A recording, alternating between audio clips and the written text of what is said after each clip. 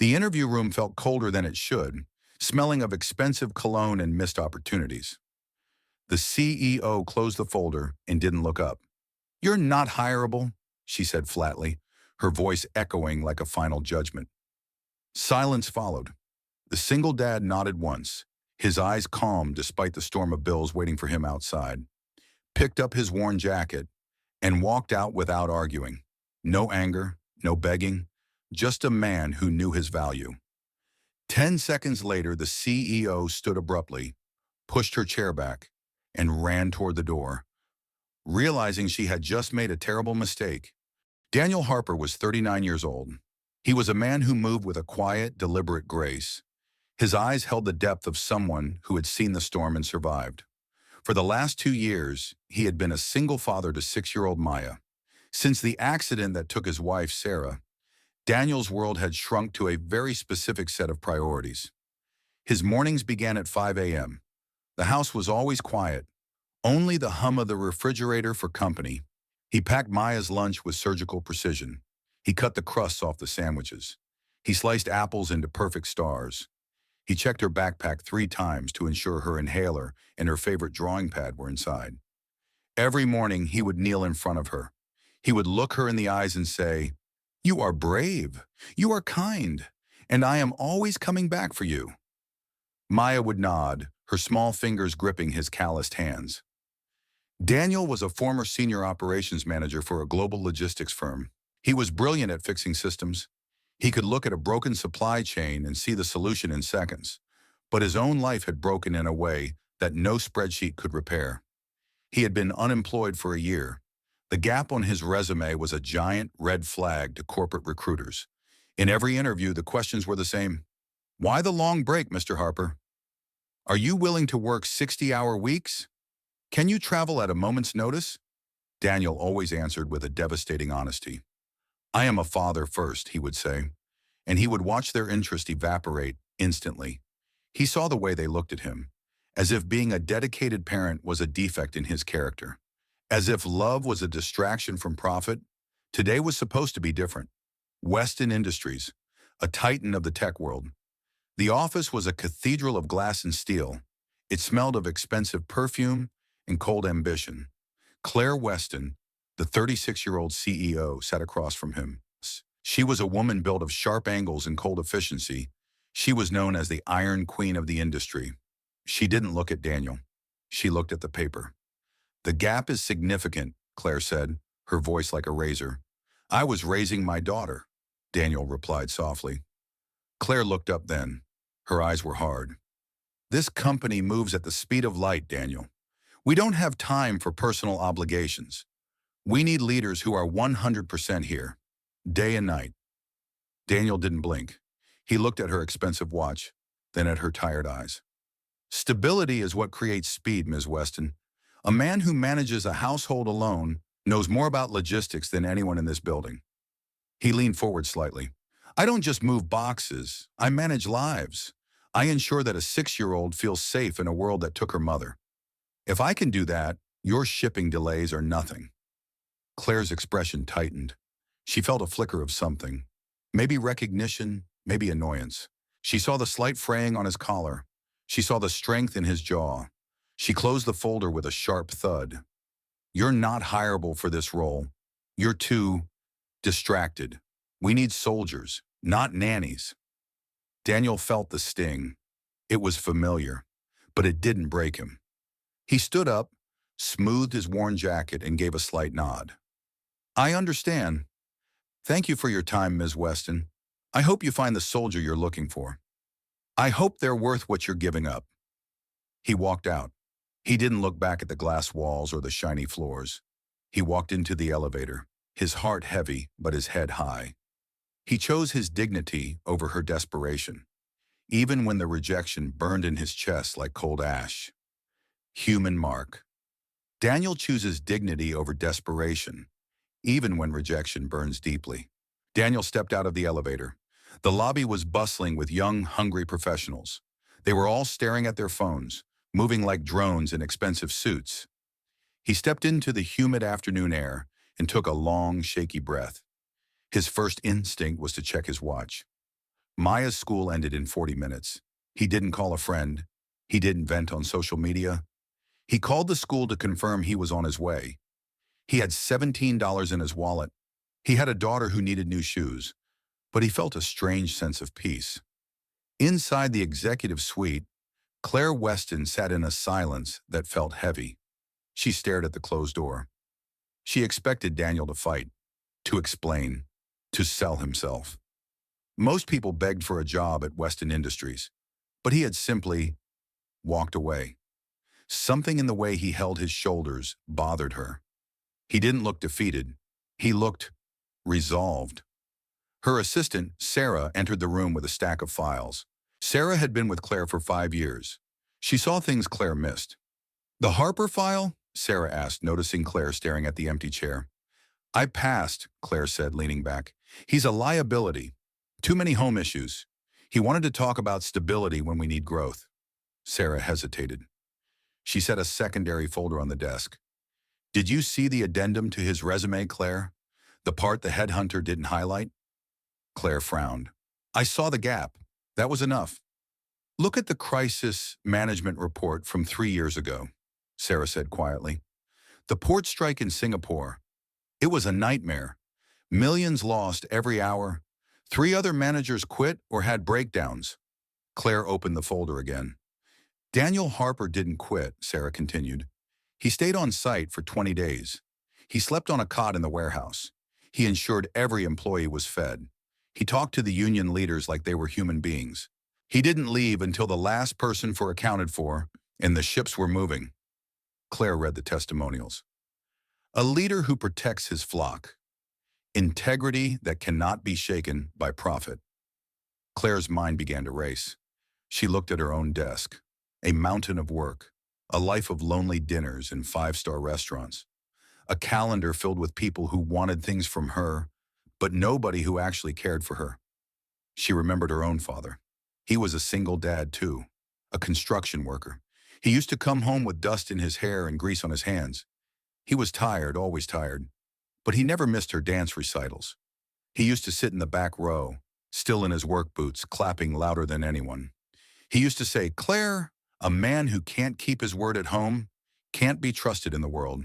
Don't ever trade your soul for a skyscraper." Claire looked at Daniel's resume again. The volunteer work at the local shelter.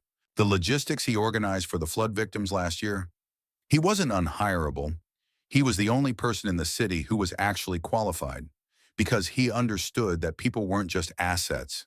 They were responsibilities. A sudden, sharp panic hit her.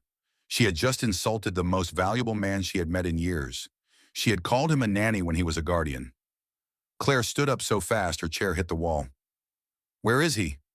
"He's probably at the school pickup by now," Sarah said. Claire didn't wait. She grabbed her coat. She ran.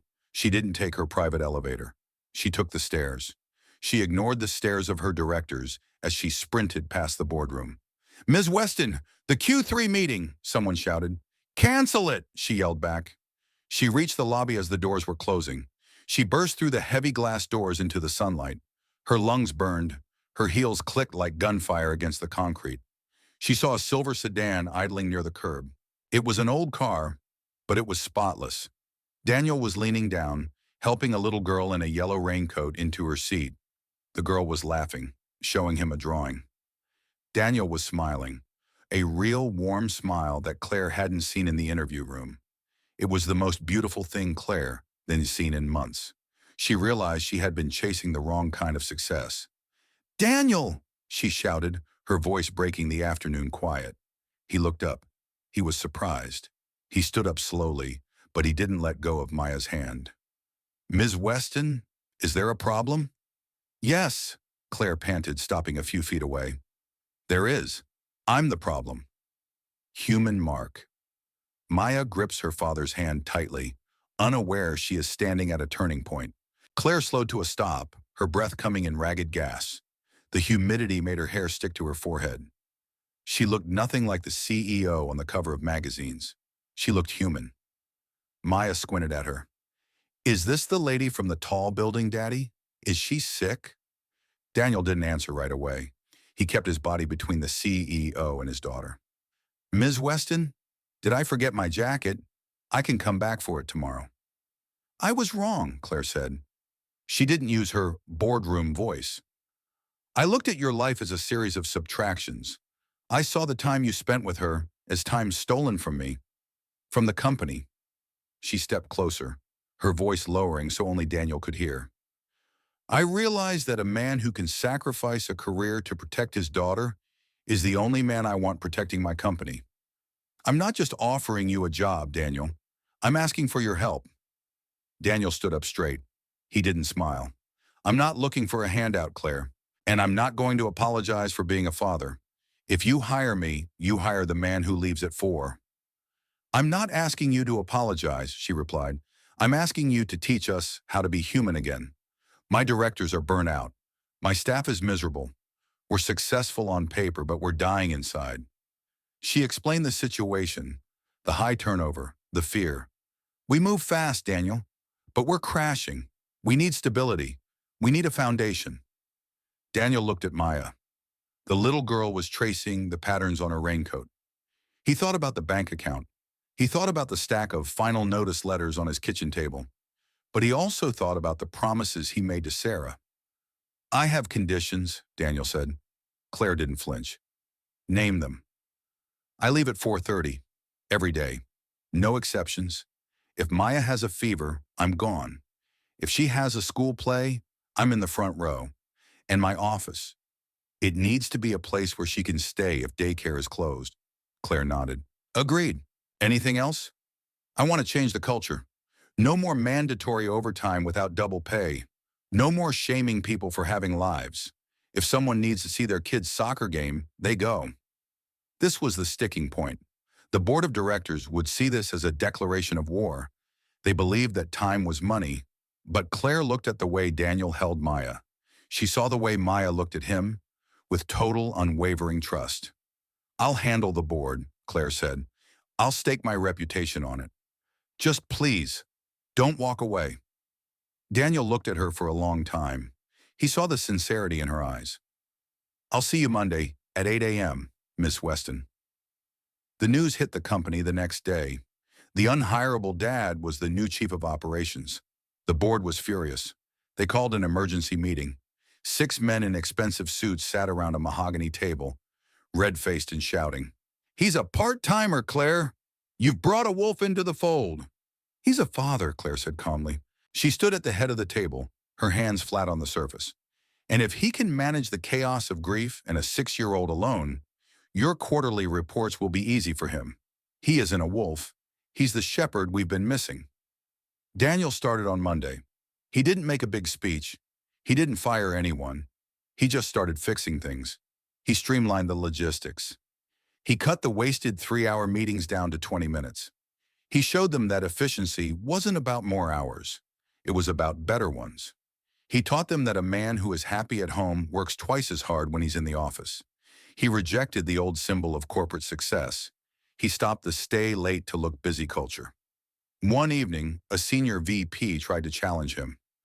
I've been here until 9 p.m. every night this week, Harper. What have you been doing? Daniel looked at his watch. It was 4:29 p.m. I've been doing my job so well that I don't need to stay until 9 p.m., Daniel said. And now I'm going to go read a story about a dragon to my daughter. I suggest you go home and do the same. The VP was speechless, but by Friday that same VP left at 5 p.m. to take his wife to dinner. The culture was shifting, not because of a memo, but because of a man who knew what was truly important. The first major crisis. 2 weeks into the job, a major shipment for their biggest client was stalled at the border. The system was in gridlock. The old Daniel would have stayed in the office all night. The new Daniel gathered his team at 3:30 p.m. We aren't staying late, he said. We're working smart. If you can't solve this by 4:30, you aren't thinking clearly. Go home, eat with your families, and we solve it at 8 a.m. with fresh minds. The team was terrified, but they followed him. The next morning, the solution was found in 10 minutes. A rested brain sees what a tired one misses. Claire watched from her balcony, seeing the team leave together. She saw them laughing. She saw them breathing.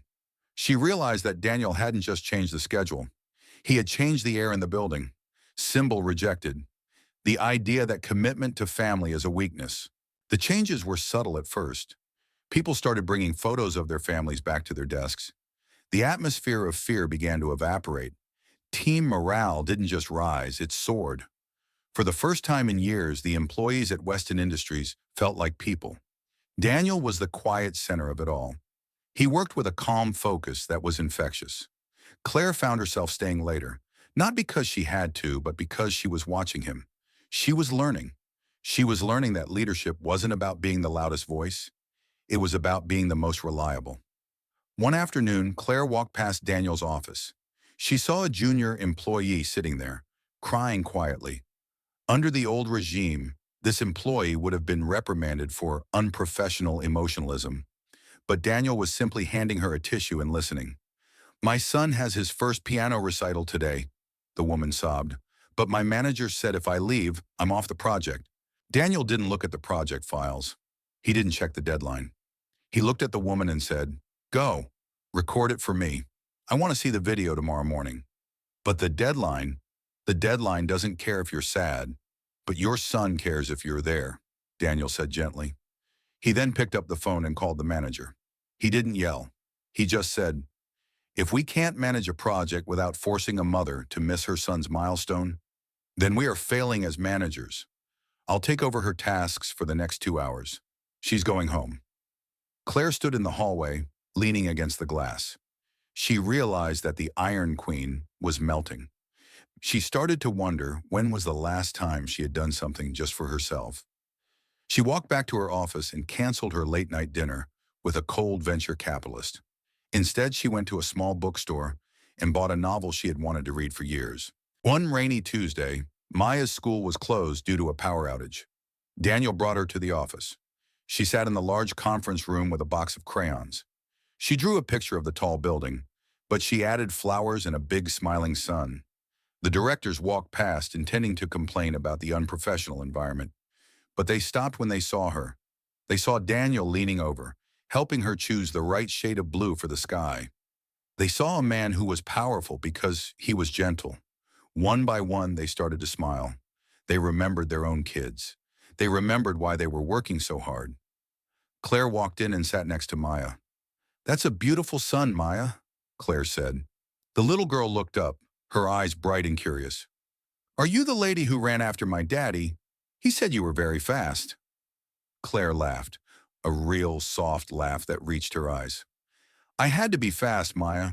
I almost let the best person in the world walk away." Daniel looked at Claire. The tension that had existed between them for months finally broke. It wasn't a romance in the traditional sense. It was a deep, profound respect. They were two people who had found a way to bridge the gap between the world of work and the world of the heart. Claire began to change too. She started taking weekends off. She started visiting her father more. She realized that Daniel hadn't just saved her company. He had saved her. He had shown her that you don't have to be cold to be a CEO. You just have to be human. The board strikes back. The quarterly results were due. The board members were certain the soft approach would fail. They sat in the dark boardroom, waiting to pounce. "The numbers will be down," they whispered. "People are leaving at 5. It's impossible." Claire entered, followed by Daniel. She threw the report on the table. Profits were up 15%. Productivity had doubled. But most importantly, sick leave had dropped by 40%. "We aren't just making more money," Claire said, looking each director in the eye. "We're making more life. Daniel showed me that a happy employee is an efficient one. A man who loves his daughter is a man you can trust with your millions." One of the oldest directors, a man who had never seen his own kids grow up, looked at the report. He looked at Daniel, who was checking his watch. It was 4:15. "Go on, Harper," the director said, his voice cracking. "Go pick up your daughter." Daniel nodded, picked up his briefcase, and walked out. The room was silent. For the first time, the board felt small. Not because of money, but because they saw a man who had everything they had traded away. Months passed. The annual report came out. The critics were silenced. Productivity was up 20%. Employee retention was at an all-time high. The board members who had screamed at Claire were now taking credit for the human-centric shift. Daniel didn't care about the credit. Every morning he walked Maya to the school gates. He watched her run inside with her backpack bouncing. He never missed a single morning. And every afternoon at 4:30, he closed his laptop. He walked past Claire's office. She would look up from her desk and give him a small wave. She didn't ask him to stay for one more thing. She understood that his most important work was waiting for him at home. The final scene shows Daniel walking through the lobby. The sun is setting, casting long golden shadows across the floor. He steps outside, the air fresh and cool. He sees Maya waiting for him with a big hug. Claire stands at her window high above, watching them go. She isn't lonely anymore. She has a team she trusts and a company that has a soul. She picks up her phone and calls her father. "Hey, Dad, do you want to have dinner tonight? I'm leaving early." Daniel drives away, his daughter singing in the back seat. He didn't fight to stay. He didn't beg for a chance. He simply stayed true to who he was. A quiet moment of peace. That evening, Daniel sat on the porch. Maya was asleep inside. He looked at the drawings she had made at the office. The sun, the building, and three figures holding hands. He realized that his unhireable status was never about his skills. It was about the world not being ready for his heart. But one person had been ready. One person had run. And because she ran, thousands of families in that building were now eating dinner together. He closed his eyes, feeling the cool breeze. He was exactly where he was supposed to be. Final message. Sometimes the best people don't fight to stay. They walk away, and that's when the right leaders run after them. If you believe healing stories like this deserve to be told, leave a comment and subscribe to CPH Healing Stories. We tell the stories that should never be forgotten. The quiet victories of the father, the courage of the leader who changes her mind. Because every family deserves a hero who comes home on time. Thank you for watching.